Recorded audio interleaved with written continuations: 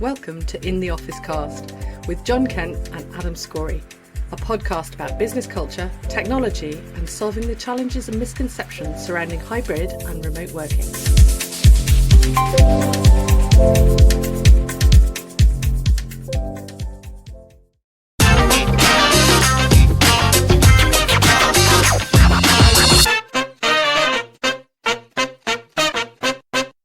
Hi everyone and welcome to In the Office Cast. I'm Jon Kent. And I'm Adam Scory. And today I wanted to talk about a problem that employees are having in the workplace that has been highlighted to me by three different people from three very different companies as one of the biggest issues that they're facing in the workplace at the moment. So if I let you share the stories that they're coming out with, and then maybe we can have a discussion and see what your views are. Yeah, sure thing. Yeah, let's go for it. So, the first person that spoke to me, she works in a law firm. She's sits just below the partnership level, so she's quite senior. It's a very large law firm, and she described this to me because we always talk about jobs and things like that, how are things going, how's in the office, all of that sort of stuff. And she said the biggest issue that they've got at the moment is that they're doing battle with their desk booking system. And it's doing battle with her words. And the issue that she has is it used to be that with their desk booking system, people just didn't use it. They just refused to because it was another thing they had to do, and people were just fed up.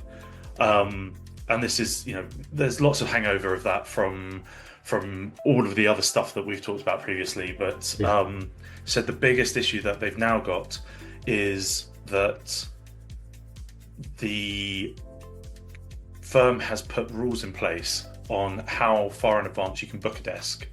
Because what they were seeing was people were, they were doing a number of things. You'd have one person going, I'm just going to book this one desk for the rest of the year because it's my desk. And then I can set it up how I want. I can have my monitor how I want.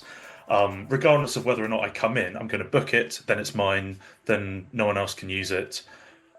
So that's one of the reasons why they decided to come up with a rule about how far in advance you can book it. Then there's the other problem, which is, so that's the sort of book and forget. Yep. Sorry, that's the sort of booking because it's their desk. Then you've got the booking to forget, where because they're being told you have to use the desk booking system, even though they've refused to, they just go, fine, I'll book random days, and people will think I'm in the office, so complying with the mandate, and I don't have to log in again. So I've booked and forget. So the issue that she was seeing happening was because of this releasing of desks, the desks were being released really late on, I think it was a Friday night. And the structure of a firm is that you have partners, usually partners, associates, then trainees, and then paralegals, for example, is in the sort of hierarchy of experience. And what was happening was that they were getting either the trainee or the paralegal to stay up late on this Friday night, waiting for these desks to be released, and then they were booking them for their whole team on specific days so that their team could guarantee they'd sit together. In theory, sounds good. Tactical booking. Regardless of what was happening in their lives, regardless of what their actual needs are, because they were told they had to book these they had to be in the office a certain amount of time, they were like, right, well, we'll book, then it's in the system, then no one's going to complain. Well, of course, what was happening was then work life would change, and there would be whole sections of the office that had been booked out, but that no one was sat at. Right. So people who did actually need to go in couldn't sit at a desk; they had to sit in the canteen. So that was her story. Hence the battle for against the desk booking system. Another friend who works at a very large medical company said their biggest problem was their office is very, very, very small, and they've got very limited parking spaces. Similar system of releasing the desks and parking spaces a certain amount of time before.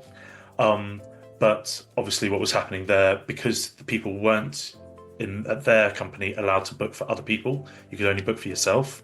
So that was then, it wasn't giving it to a trainee or a paralegal as they're considered, at the bottom of the hierarchy. It was something that they had to do, so people were staying up and then booking random desks again, or random spaces, regardless of what you actually needed in the coming weeks. But then, of course, forgetting to change it when what happened in your life changed. So frequently you would turn up and there would be spaces or desks. So the firm then put another rule in place, which was if you're not there by 10:30, if you haven't signed in, you lose the booking and it's then open for anyone else. Bit too late in my opinion, but anyway. So, excuse me. So that was those two, and a third was a developer in a software company who said they just had a free-for-all in terms of desk booking. There was no limit, and people would be very strategic about their bookings and who they were sitting next to, and you get lots of nice cliques going around and trying to exclude other people. So they similarly put in a rule about how far in advance, and similar to all of this, he was finding that people were then trying to find ways around the rules and trying to break the system that had been set up because it wasn't aligned with what they're wanting. And when you did actually want to go in the office because you had a need or you wanted to see a team, there either wouldn't be enough desks or people would have booked it and not turned up. Similar sort of story. Right. So I know I've got some very strong views on this idea of if there's a problem that you're trying to fix, it's focusing on how do we force people down a specific way of working, a specific way of doing it. So let's put in rules and regulations to force particular behavior. So, I mean, those are the stories. I was just based on that. What's do you have any thoughts about that? Yeah, well, I mean, the kind of the first thing that comes to mind is what happened about having a conversation with your teams and the business about what's the reason why you need a desk booking system in the first place. I mean, I don't know whether these are conversations that have had or whether the desk booking systems are quite mature in businesses, but first and foremost, why are people trying to break the rules when the point of the desk booking system is to try and enable you to manage this hybrid and remote way of working and collaborate with the people that you need to collaborate with when you need to collaborate with them. So it kind of, that's the first thing that comes to mind, the communication piece around what the hell is going on. The rules bit, I understand in that situation that rules need to come in afterwards, but were rules not agreed or parameters, framework, whatever it is, agreed in the first place, so that wasn't necessary. It feels a little bit like it's a hierarchical kind of regime as well, so that the more senior people get first choice, and the paralegals in that particular example, or the trainees are the ones that suffer because they've got to stay up until after o'clock in the morning or whatever it is to go, well, yeah, I'll book the desk for the next 3 months for you. What about you? There wasn't any left, or whatever the case may be. So that kind of defeats the object of being in the office in the first place. And then the whole business about booking it for great tranches of time, for me, that again defeats the object. This isn't about ownership, it's about using the office in a very different way and using your time in a very different way. Otherwise, you might as well not bother with the desk booking system at all and just say, right, you're all in. And you've all got a desk, that's your desk, crack on. So it feels a bit like a race, all of them feel like a bit of a race to the bottom, is that if you're not prepared to use the framework and the system that we've created so that we can all rub along nicely and collaborate together and speak with the people we need to speak with and be in on the days that we need to be on, that's the bit that feels lacking. You've missed the point, if you see what I mean. You've really missed the point about why we're trying to do this, about trying to, for the good of everybody in the business, use hybrid and remote working, and this kind of, we've got a set capacity which is 50% of the total amount of people in the business. Like, how do we do this? How do we make it so that everybody has got a fair opportunity to work in a hybrid fashion? So yeah, I mean, it feels to me like target missed Yeah. massively. Yeah. But it also feels like they've, as time has progressed and the maturity of the desk booking system's been in there, that people have gone, meh. The human condition starts to arise, laziness and efficiency. Right, just book it for 3 months because that means I'm efficient and it's my desk then, and I haven't got to worry. I know that it's there. No one else can take it. Yeah, that again, it just, I guess feels a little bit. What's going to happen is somebody at some point is going to turn and go, right, you've had your chance, children. Now we're taking the opportunity away, and you're all just in. Yeah. Or it'll be, we're going to take the desk booking system away completely, and it's going to be a bun fight. So you might turn up and you haven't got a desk. Now, regardless of how senior you are, you're not allowed to kick anybody out of the desk, because if you turn up later than they do, and then what's going to happen? So you can just, this is becoming a bit like trying to herd cats or hold back the ocean, hold back the tide. Yeah. I mean, there are a couple of things in there that I thought you brought up. Well, firstly, why have you put in a desk booking system is something that everyone should really be thinking about. Yeah. And this is what our bread and butter is. Yeah. Not convincing people that they need desk booking systems, but seeing if that's the appropriate tool for the problem that they're experiencing. And I mean, I think there are a number of parts of this. The first part of, there's a huge refusal to use the system in the first place. Yeah. I don't know if it's that the systems are far too complicated and so people don't use it, or if they become more complicated as time goes on, and so there's an initial, okay, yes, we're going to use it, and then the usage drops off. But the biggest issue I have about this is, and this actually came up with a client very, very recently, where they asked what rules we have, for example, to prevent people from booking too far in the future. And I was saying, well, we've heard a lot about this, and my view is, why are you putting the rules in place? Yeah. Because is it that you do have the sort of culture where if you say, guys, you can't book 6 months in advance, because you don't know what work you're going to be doing 6 months in advance, so you don't know if you're going to need to be in the office and collaborating with people, or if you can be at home, or if you're someone that actually goes, I can't work at home, I need to be in the office, then surely the best solution for that is to actually make sure that they have a dedicated desk so that they can just always go in. We've talked about this before, people aren't all the same, we work in different ways. So trying to have the most up-to-date, fine plan for the future, but appreciate that plans change. And so really, if you're looking at a desk booking system, people should be, as well as the night before, to remind themselves that they've booked a desk. When I've gone into a WeWork, I'm generally not booking it 6 months out unless I know I've got a meeting. I'm going, you know what? Actually, I really want to go into the office, the WeWork tomorrow. So I'm going to book it tonight because actually I've got some work where I need to be out of my office at home. I need to be in a more open environment. And it makes me think of, I remember way back when I started my career and Facebook was just getting quite big and people were losing days doom scrolling on Facebook. I think the wall, the new feature of the wall where you'd have a feed had just come out, and a lot of companies were then going, we're going to ban people from using Facebook because they're just it's destroying productivity. And then of course some of those companies then realized they were being left behind because other people were using Facebook for marketing and for networking. So then they're like, oh yes, well, we had 2 people that were using it, so rather than deal with them and say, actually you're spending too much time on Facebook, as a good manager would, they put a rule across the whole firm saying you can't do it.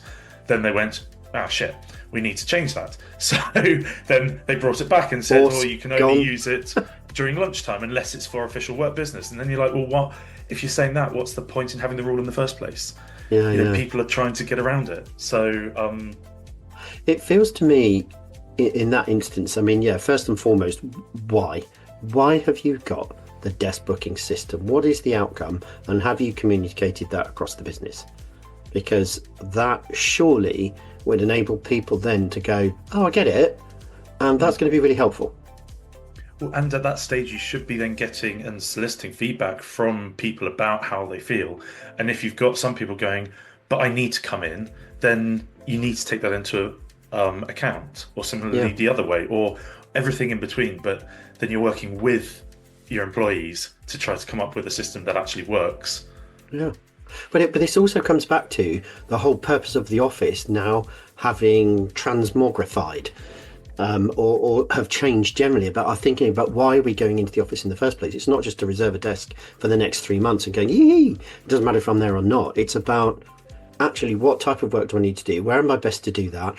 Is home better? Is a Nero? Is it the office itself? What the point is, we've magnificently been given this opportunity because of COVID to go.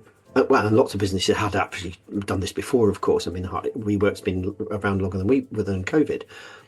But you're given the opportunity to then go, I've got the choice now. I've got options. So I can think about the type of work that I need to do, the people I'm meeting, who I need to do it with, and go, I've now got 3 or 4 options to go, I can do that. And so having the flexibility of a booking system to tell people where you are, surely that's the purpose. Thinking about the office differently, thinking about your time differently, and thinking about productivity differently. You don't have to have your bum in an office seat to be considered to be productive. Yeah. So that's the bit that seems to have, that is the bird that's flown in this particular circumstance, to me anyway. Well, I think you really hit the nail on the head there, that it's the desk booking system isn't just to make sure you've got a desk. It should be to also let your colleagues know that you're going into the office, so that everyone can come together and work together. And that was one of the things that the second person mentioned, where with if you don't check in by 10:30, then you lose your desk. Stupidly didn't follow up about, well, what happens if you've got an external meeting first thing in the morning and you're not getting into the office until 10:45? Yeah. That's an immediate example of why that rule then doesn't work. So you then have to add an exception. And I think that's the thing as well, that desk booking is, and in the office as a product, it's a planning tool. It's a communication and planning tool to help people be more organized and to avoid times where you turn up and either people aren't there or you turn up and desks aren't there. It's to try to make sure that actually you've removed a huge area of friction. So releasing a desk at 10:30 is only useful if someone's going, I'm desperate to go into the office today, and it's 10:35 and I'm looking and, oh my God, there's a desk there. Yes, I can finally go in. But by the way, you were meant to be starting working at 9. So you're already an hour and 45 late. So you're going to miss your lunch break. I'm being particularly difficult about it, but it's the idea of setting rules to try to control people's behaviour. It's stick, not stick, not carrot. Yeah, should know that expression. Yeah, I think you're absolutely right. It is. It's the problem I see with it is that one rule begets another rule begets another rule, and then you start the triangle's upside down. Once you start that process, you never end it. It's because then you're talking about kind of segmenting particular needs. And because, particularly, I imagine in a large company, this could be a nightmare. Yeah. Rules upon rules upon rules that, associates are allowed to do this, but, hang on a minute, if you're a trainee, you're not allowed to do that. And then, if it's different levels of developer, but because it's an open office and the directors don't have offices, they sit within us, but they've got to have their desk because they're the owners, right? They're the directors. So it then starts to get icky and kind of like, hang on a minute, that broth gets a bit murky. And the point is, where does it end? Mud pie. That's the whole thing, isn't it? It's and no one wants that. No, but I mean that's and I think probably taking a step back from from it being just about desk booking, thinking about software in general, Yeah. there does seem to be a bit of a misunderstanding about, I see it as a misunderstanding about how software is built and should be built. And actually this client that I was talking to earlier in the week, when I said about, these things about the rules, and she said, well, actually, yeah, we had exactly the same issue with another provider that they used, I think it was pre-COVID, where they did have all of these rules, and they kept going back and going, well, we can't launch it until you've put in this rule because we've just come up with another scenario. And in the end, they had to cancel the contract. And in her words, the developers were crying because they'd spent all of this time building all of these complicated rules, and the whole thing just fell over. It wouldn't work because you can't think of every single exception No, you can't. and codify it. Actually, in a place I used to work at, that's what they kept doing was, the clients could get whatever they wanted. And what I've said to our clients when they've said, oh, we need a rule, it usually happens when they've just rolled out desk booking and they go, oh, someone's done their desk or the book and forget. And they're like, how do we stop it? I was like, well, is it lots of people that are doing this, or is it one or two? Because if it's one or two, are you able to have a word with them and see why they're doing it?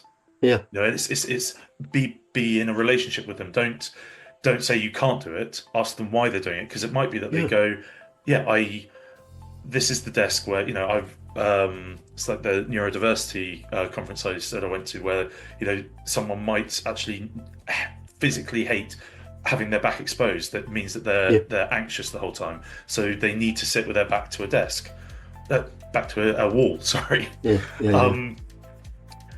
And so there might be a real genuine reason as to why they're doing that. And if it's one person, then you can deal with that one-on-one, but don't set a rule for everyone.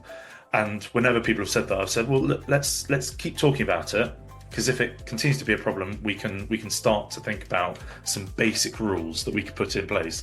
But let's not, until you've started to use the platform, don't start trying to change the core functionality of it and make it more difficult. It becomes about the desk then and the office real estate, rather than what does the person actually need. And what it does is it fosters a behaviour of, it doesn't matter what my need is, I'm going to have it anyway. Rather than, actually, I feel pretty comfortable that generally I can book a desk, and if I can't, then I might have to sit in somewhere else, or go into I'll book a boardroom instead. No one's using it, so I might just use that for a bit. So what is the fear behind these three different rationales? I mean, you don't want a total chaos, but equally you don't want so many rules that actually no one ends up using it, because it's like, do you know what, I can't be asked. And I'm just going to turn up, I'm going to sit at a desk, and if somebody kicks me out. See, two extremes there. So, that's the bit for me that kind of developing this conversation out says to me, this is a cultural thing. This is about communicating the purpose of the office more, and having the flexibility to think people and outcomes first, not desk, room, chair, mine. It's going to end up not being particularly community driven. It's not going to actually end up with the right outcomes. Some people get theirs. It's not a win-win situation. It feels to me like compromise and win-lose. Yeah. Or even lose. Well, I mean, you can tell from the language that was being used, doing battle with the desk booking system. That it's seen like that, and I mean the resentment as well of in her example, she was saying that she did have a client meeting, so came in, but there were no desks, so went straight up to the canteen to work from there, because she needed to be in the office because she had booked an office, a meeting room out. And it was only when they went down to the meeting room that saw all of these banks of desks that were just empty.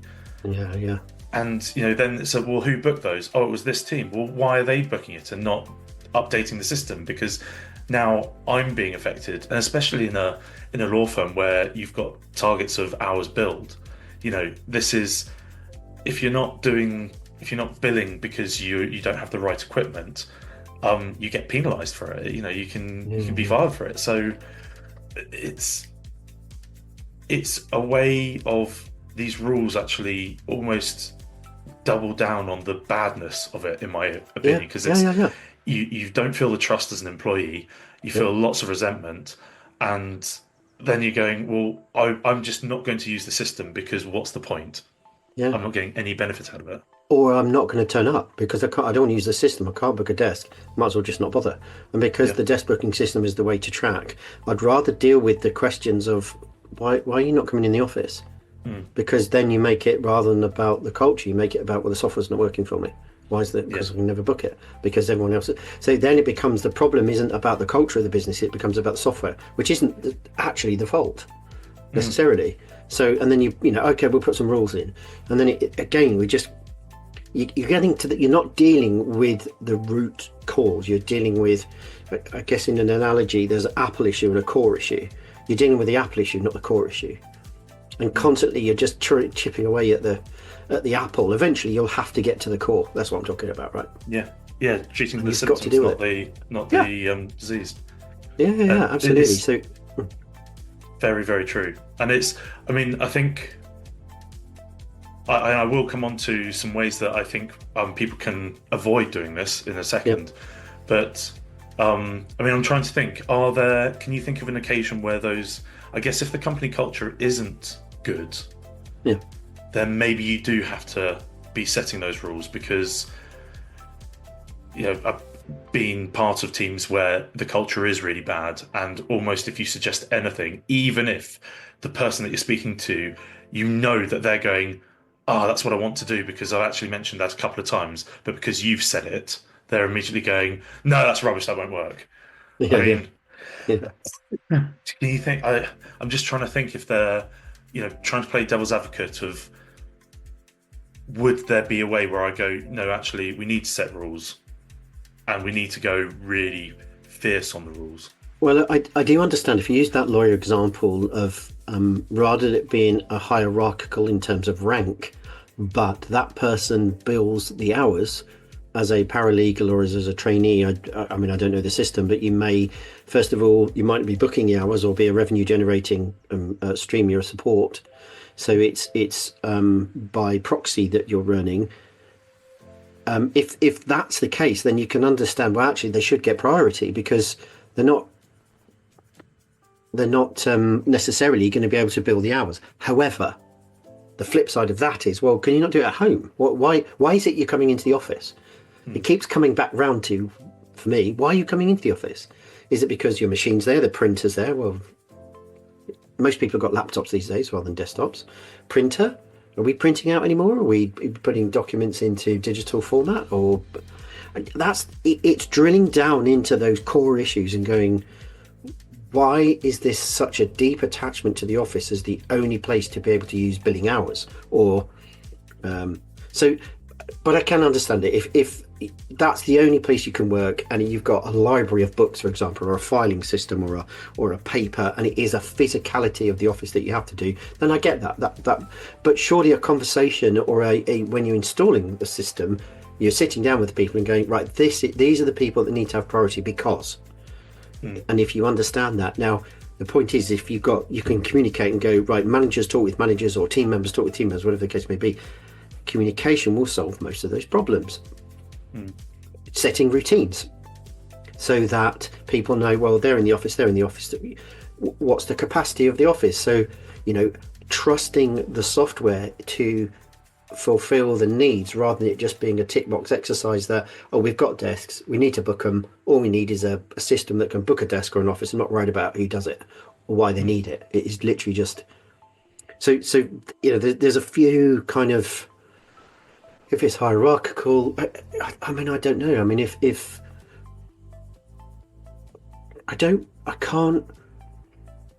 I understand it from a cerebral point of view that happens because it's a little bit like human nature. The strong survive kind of scenario and everyone else will just have to pick up the pieces after the wake. But it doesn't feel very 2025. It doesn't feel very liberating. It doesn't feel like they've got the point of, or they haven't understood the opportunity fully. Well, I think it's worth saying in the law firm example, so like partners, associates, paralegals and trainees, sorry, not in that hierarchical order, but they are all fee earners. Right. So they all should all be billing out the time that they're spending working on a client matter. But what's really interesting about that is that trainees have to be shadowing and working with a partner for, they have a 2-year training contract where you work in, I think what used to be up to 3 seats or at least 3 seats. So, you'd be in corporate and then maybe employment and then maybe property law to see the different scenarios. And you had to be working closely with a partner so that there was a bit of learning by osmosis, but also the partner was then going, right, I need you to do this work, and then you get it checked by the partner. So for them, being a team that works together is really important, which I guess is why they had the rule that you could book for either for their team or for anyone. Whereas in the second option, I think he does work a lot more by himself, or his team's a lot smaller. So not allowing people to book for the whole team, I can sort of understand why they've put those rules in place. But again, what you're saying is that the need of the office there is very different. So setting up rules of when people can book. So in that scenario, if you don't have a paralegal staying up to book for everyone, and you just let people book as they come onto the system, they're going to be spending a lot of time searching for their friends. And then they're going to be probably trying to book a seat near to one of them. But by that point, it's probably gone because someone else has gone, oh, I don't care, I'll just book that table. So you're creating a lot of friction, but you're not forcing people to do something. You're not working with the culture change in a good way. It's forcing people to do something in a way that then they go, that's not what I need, so I've got to try and break the rules. Find little sneaky ways to get one over on other teams, other people. It feels almost combative. Yeah, absolutely. Yeah. So I do want to sort of talk about what people can do to try to resolve this from what I've seen. And I'd love to get your thoughts as well to see if you think that there are other things that we could do.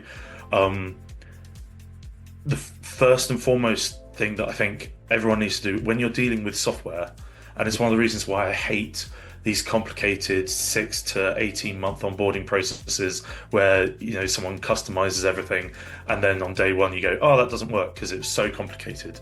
If you could try to, there's an acronym, I think acronym's the right word, called KISS, which is Keep It Simple Stupid, which you've probably heard about.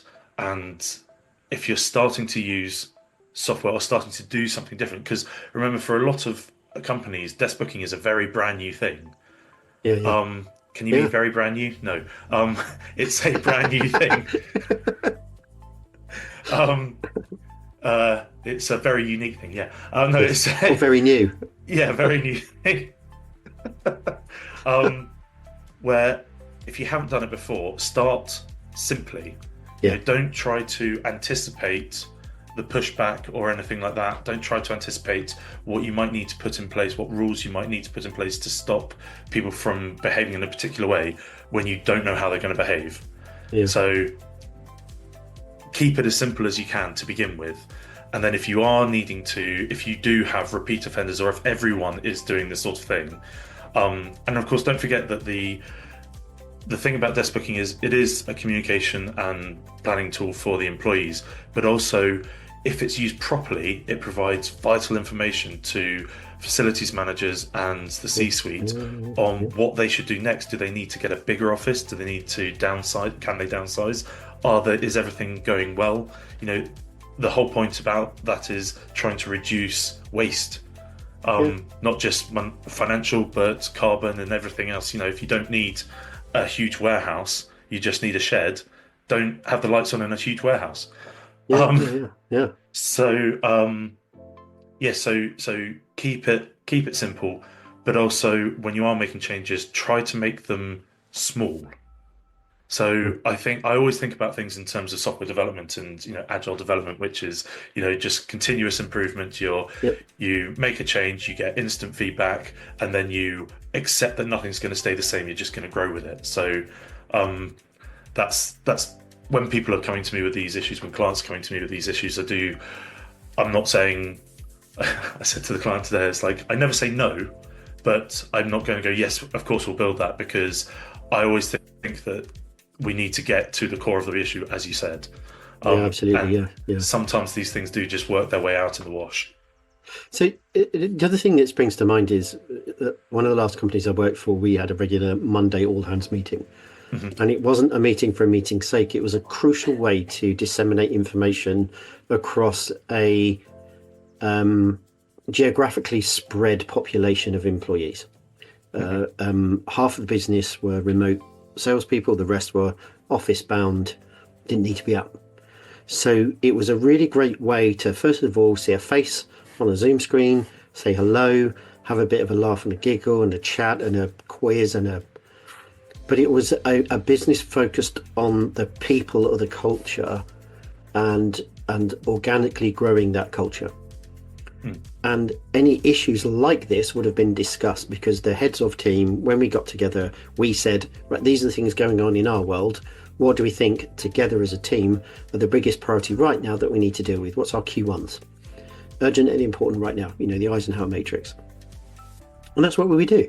We'd sit down as the five of us, and it wasn't, the MD wasn't even involved in those discussions. He was, kind of had his own agenda, and he would come and fit in. We'd have a discussion with him and be right, okay, actually this fits in with that, because he's, he had a strategic view on America, where our head office was, etc. So, but it just comes down to communication for me, and talking through these things and how does this law company communicate? Is it by email, or is it, get on a Zoom, have a chat?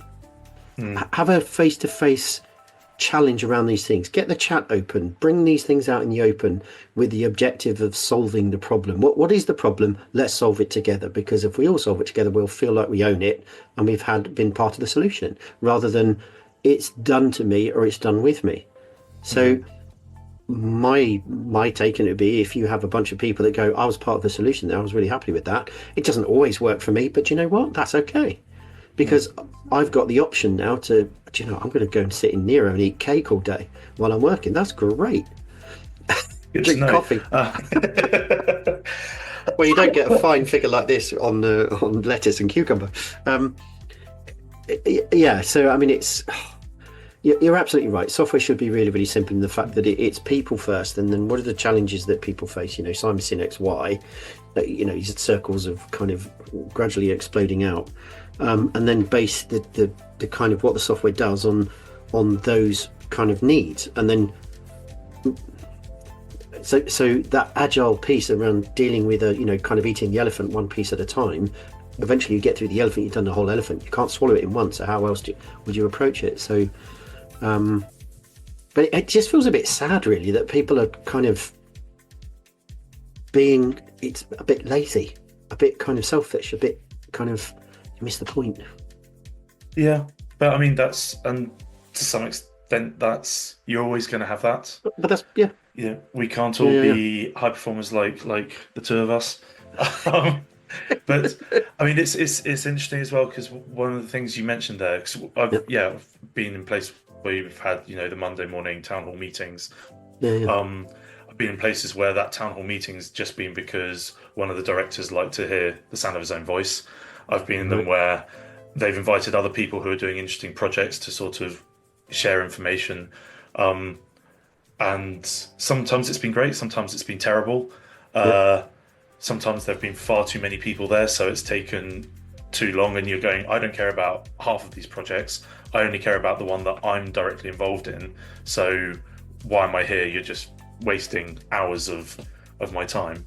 But also, from my limited experience of working in law firms, the setup is actually very different from that, because I mean, it might be because it was a while ago, but there was never a town hall meeting within our group, or within there might be the odd, I think the most high tech we got was the managing partner sending a voice note to everyone's voicemail.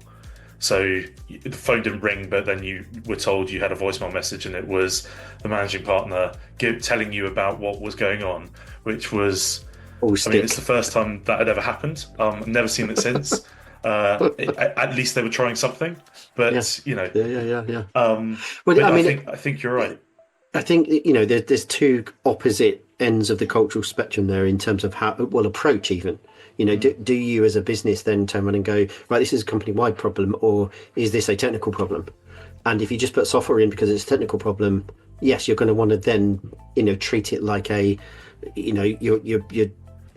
you're plugging a car into a bit of software and going, right, that's a problem, that's a problem, that's a problem. We'll deal with each one of these problems, and whoever shouts the loudest or is the most important, the priority will get given. Or the biggest team, for example. Or sometimes just the person who shouts the loudest.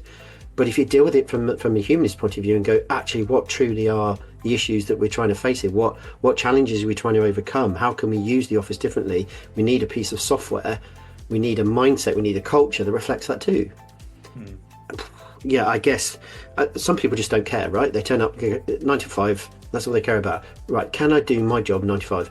And it's sometimes difficult for me to appreciate that people are like that. I've had staff that work like that, and it was a real battle in my internal battle. Going, some people are just like that. They just want to do their job and leave. So regardless of where they are in the hierarchy of the business, it doesn't mean just they want to feel effective. They're bad employees. No, not at all. Might be incredibly productive for that time, and I know quite a few people who are like that, where you're like, they're not going to stay late, unless it's something that they've messed up and they're going, I need to stay late because I should have fixed this before or whatever. But yeah, they're just with the examples that you've had, were you able to ascertain whether, because of the COVID pandemic, that they changed the office to as a long-term strategic objective to go, well, we can save money, we'll get a smaller office or reduce the office size down and sublet it or release that, and we'll only have a 50% capacity for the business? What was the background? Because that surely two people in a room didn't decide that for 500 people. No, that's a really good point, actually, and I probably should have provided a bit more background. So in all of the cases, the company had either downsized their office or they're grown too big, so they didn't have a one-to-one people-to-desk relationship. And I've said this, I know, to you quite a few times. I'm very much of the opinion that if you do have a one-to-one relationship between people and desks, you do not want desk booking. You want something to manage the scheduling and attendance. At the risk of doing a plug, I'll probably include 2 now. But you want the scheduling part of in the office. You don't want the desk booking part, because people won't use the desk booking part because they don't. Going back to that, why are you using this? Well, because we want to see when you're in, or we want you to be able to plan when you're in with your colleagues. That's not the right tool for it. It's definitely not. You want to be able to see when people are working from home, when they're in the office, and when they're working off-site or just not working.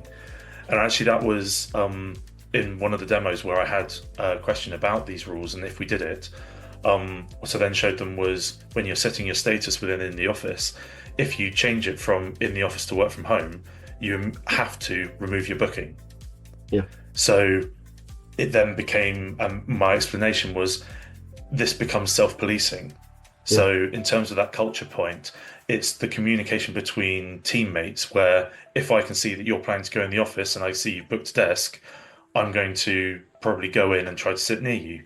If you're then going in and changing that status because, if you don't and I turn up and you're not there, I'm probably going to come to you and go, I thought you were coming in, so I made the effort to come in and you weren't there. Next time, please, can you update your status sooner so that I can then plan what's going on?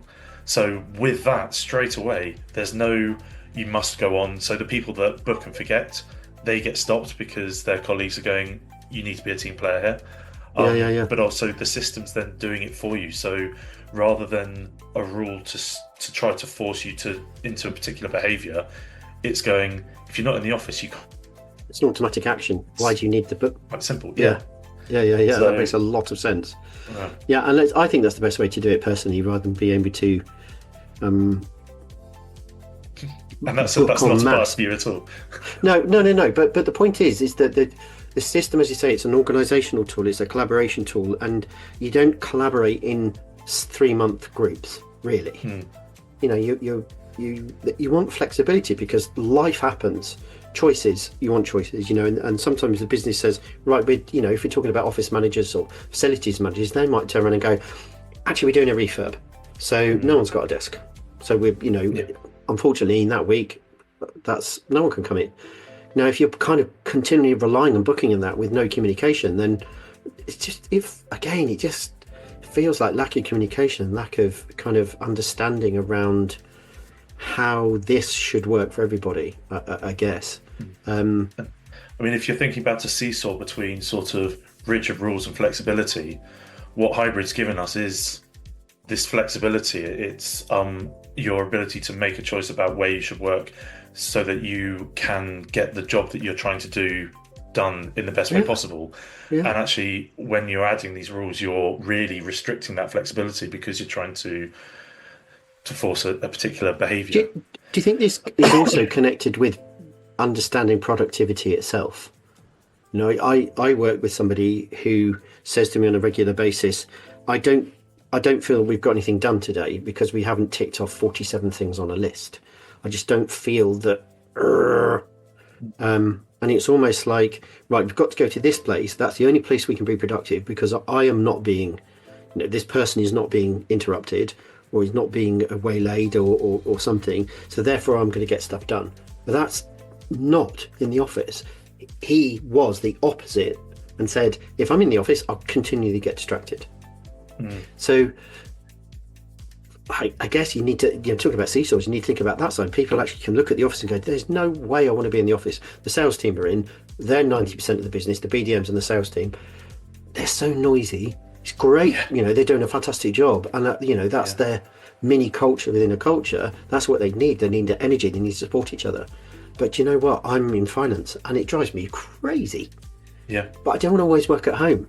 So in that instance, has the office, when they've looked at downsizing or they've grown, have they looked at the office as that productivity tool and gone, do we need to change the way we lay out the office rather than just 50 desks in a room? Do we need to go, right, that is the collaboration area, could they look at it and go, actually what might help is by, rather than setting rules around the software, setting rules around actually how we use the office is kind of segmenting the office out for purpose.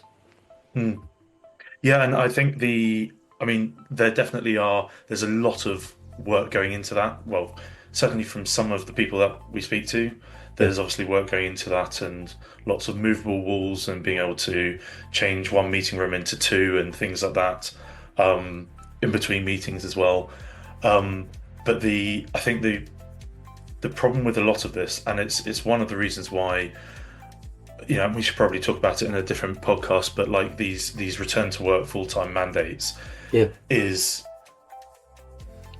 hard work to get this right. And you can't make everyone happy, even though that's really what you're trying to get, because you're trying to get everyone to be as productive and happy and all of the other nice adjectives as possible. But it's hard work, and what works for one team might not work for another, and then there's an us and them polarizing argument.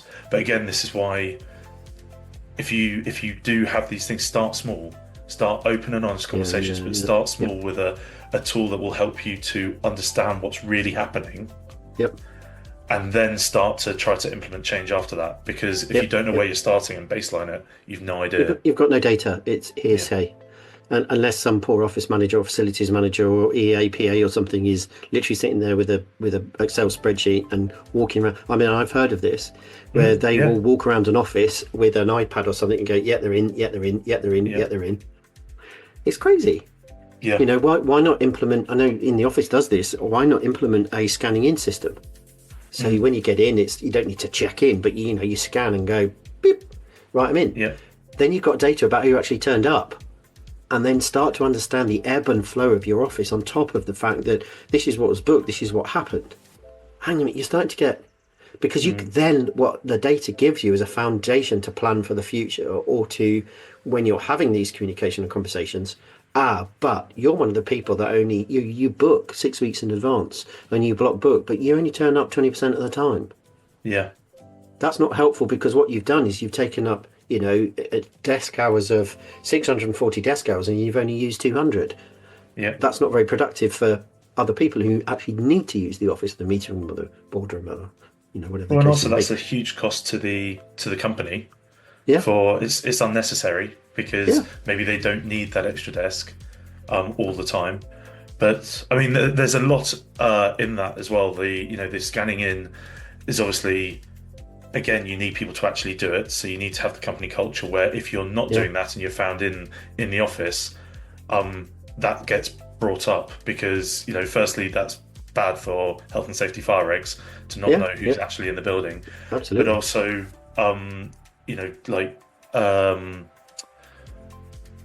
what's the word called? It's completely gone. Going, when two people go through tailgate, when people tailgate when they're going through barriers and things like that. Again, they're not necessarily trying to cheat the system, but they don't understand why that system's in place and the importance behind it. And if it's not an important system that's in place, then you don't need the system. Yeah. If it's not solving a real problem. Yeah. I know, actually, just talking about that, I know of one organisation that fine people for not clocking in. Really?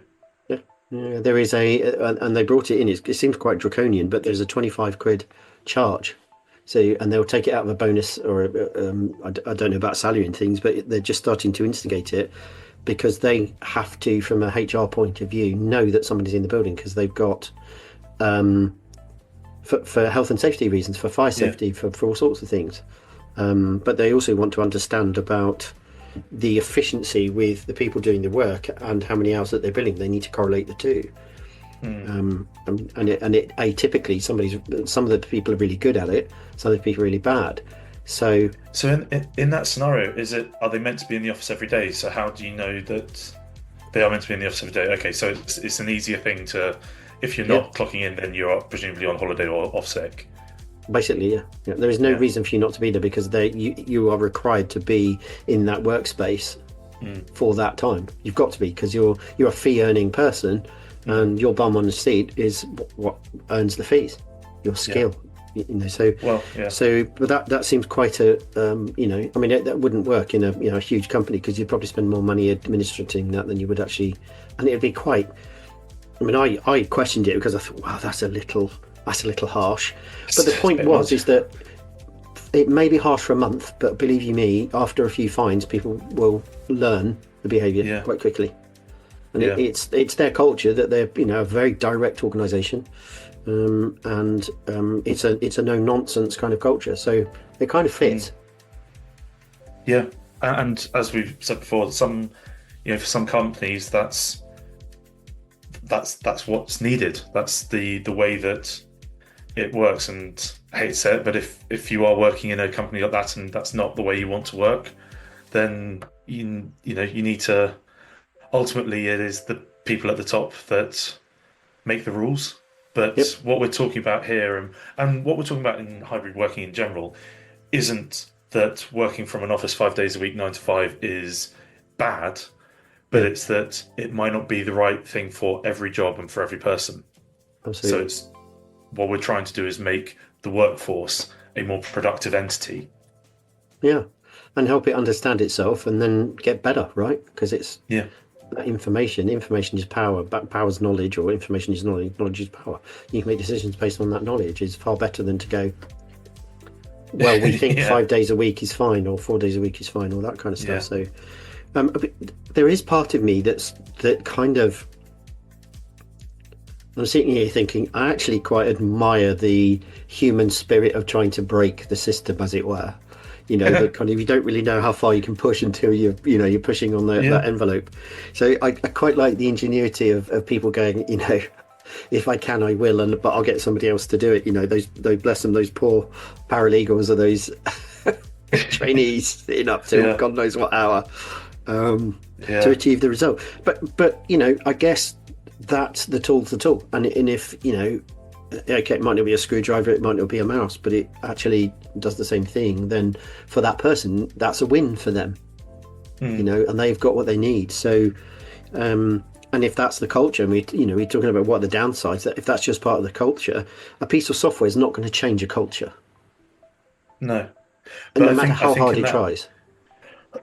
well, I think the oh, excuse me, if the culture for that was, paralegals staying up and booking the desks, and then it was used, that's a very different conversation to they stay up, they book the desk, and then no one turns up.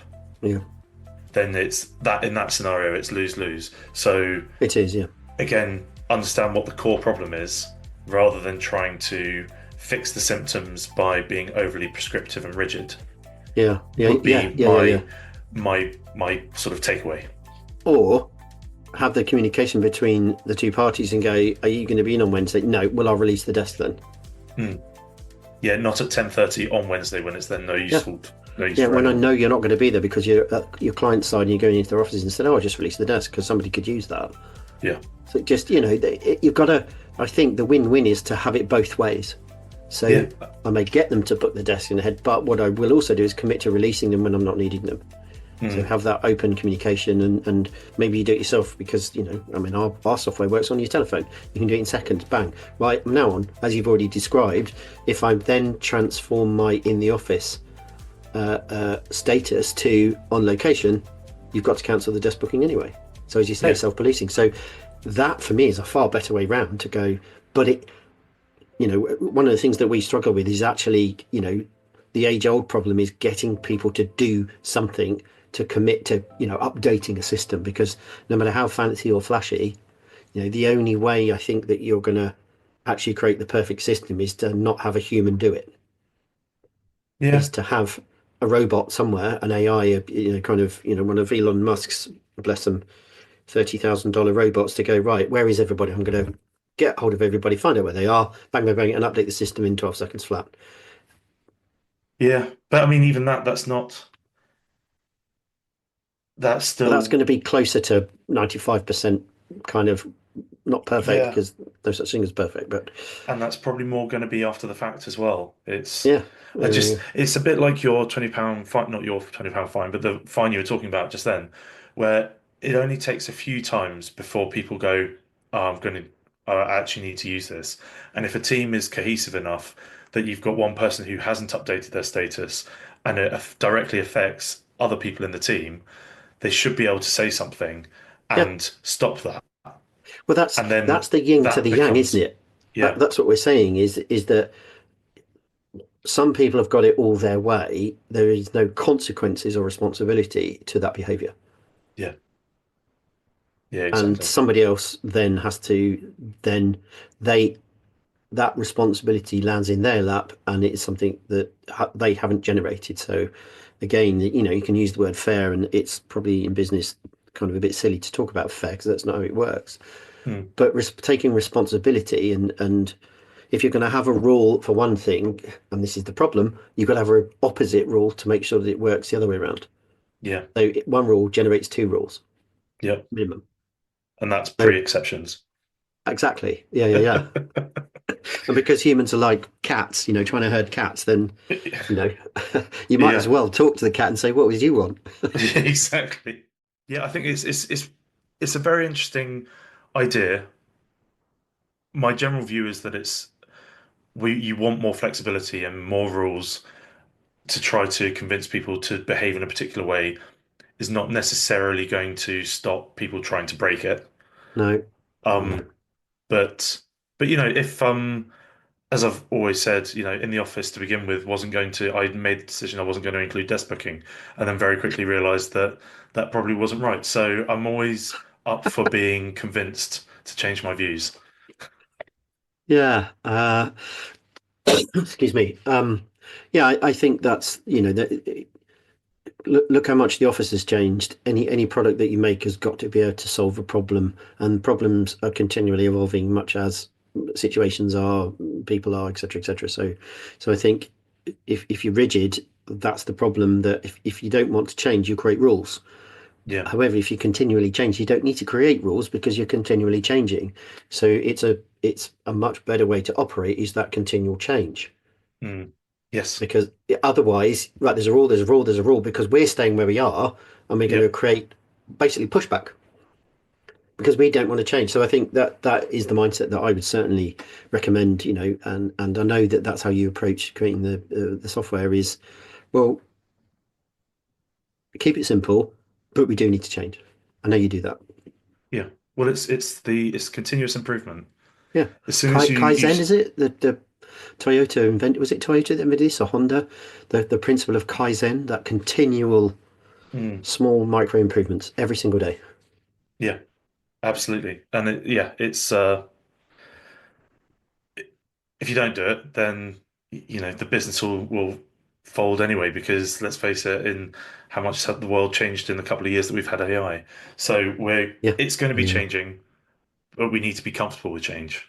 And And understand why, I think, as well. yes, Come back to that understand that why. why again. So Yeah. yeah. Very interesting, isn't it? The fact that we're coming across these things, the way people are still kind of fighting. It's almost like they're fighting remote working. There's this kind Mm. of attachment to the office still that is just people can't quite necessarily let it go. Yeah. I mean, and I don't mean to, this might be slightly controversial, but the people that I speak to where they've just kind of got on with it, and people might not be like, yeah, this is the best thing in the world, but they've been more flexible and accepting.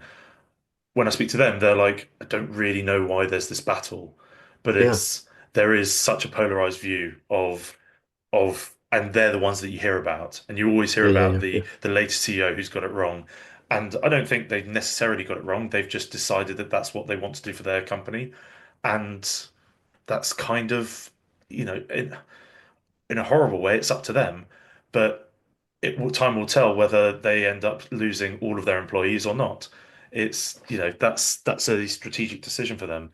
But I feel like it's hard work to get it Yeah, right. it is right. It It is hard. requires a good culture, but It does. and I don't think when things aren't quite working out, I don't think it's going to be an easy solve. It does. It's just going to slowly work its way out in the wash. Yeah, I think it will. Yeah, and we've. I think part of the thing is that we come at this from solving a bigger problem, but most people are probably just looking at it as just want people to get at a desk, Yeah. and we see it. We've got a much more strategic and uh, uh, I guess what's the word would I use? Ethereal. Is that the right word? A much more ethereal view on the way the office should be. I A don't know, but it wider makes us sound perspective. fairly important. So yeah, let's go with it. So naturally we're gonna talk about culture. We're going to talk about how this is better for people to have a more open and communicative culture. But ultimately, there are going to be a lot of business out there. I mean, this is part of the challenge. Really, is that do you know what? I just want to be able to book a desk. I don't care about culture. I'm not going to communicate to anybody. I want to see it because I've got to go in the office. The boss has told me. So all that is lovely, fluffy, kind of snowflakey stuff for Gen Z. I don't care. I just Mm, want to turn up, do my job, bugger off, and I need a desk. So if I've got a desk booking system, can I book it now? Yeah, okay, bang, done. That's all I care about. If I don't turn up, I don't really care. yeah, That's yeah, not my problem, is it? The company haven't sorted that out for me. So if I don't turn up, well, something turned up, that's all right. And if I yeah, don't do it, well, okay, that's why is that my problem? So get IT to sort that out. So that's life, right? That's the reality of offices and people.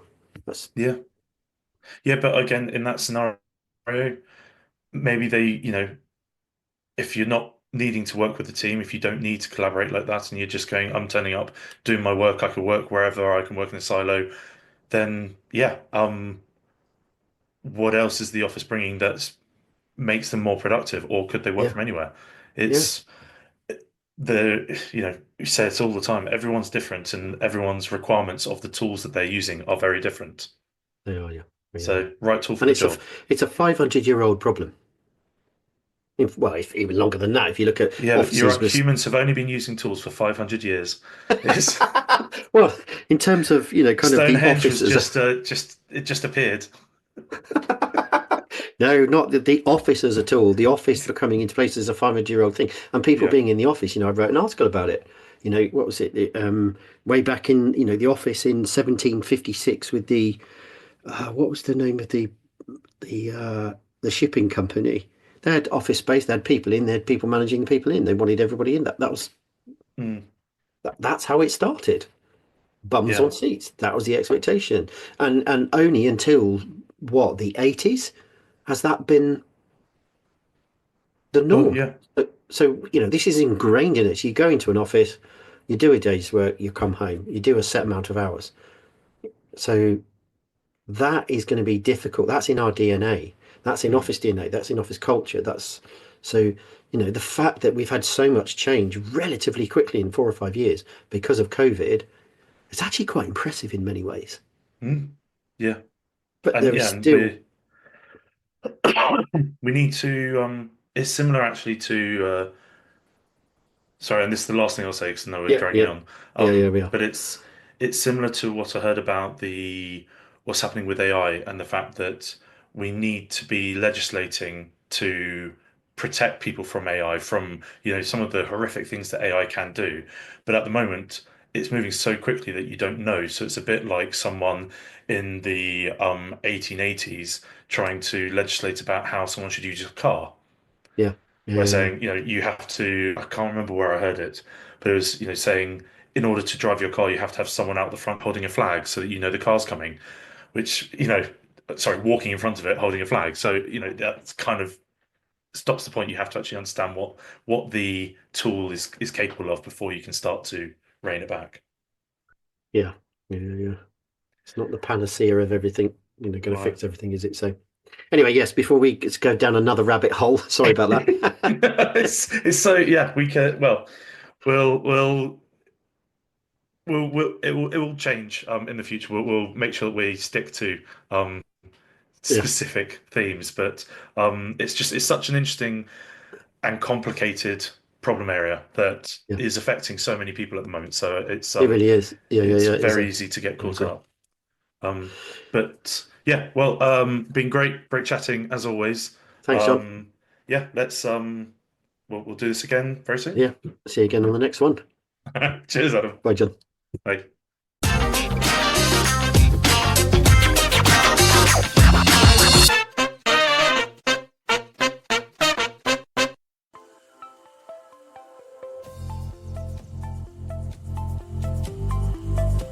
John and I really hope that you enjoyed and really got something meaningful from our latest episode of the podcast. If you'd like to comment or reach out to us and share your thoughts and ideas, we'd love to hear from you. And of course, if you would like to be a guest and we'd interview on our podcast, we'd love to have you on to talk about all the challenges that coming back into the office, the cultural elements as IT, HR professionals, office managers, and of course leaders as well. Please also do like and subscribe, and then it guarantees you get our latest podcast in your inbox. Thanks again for listening.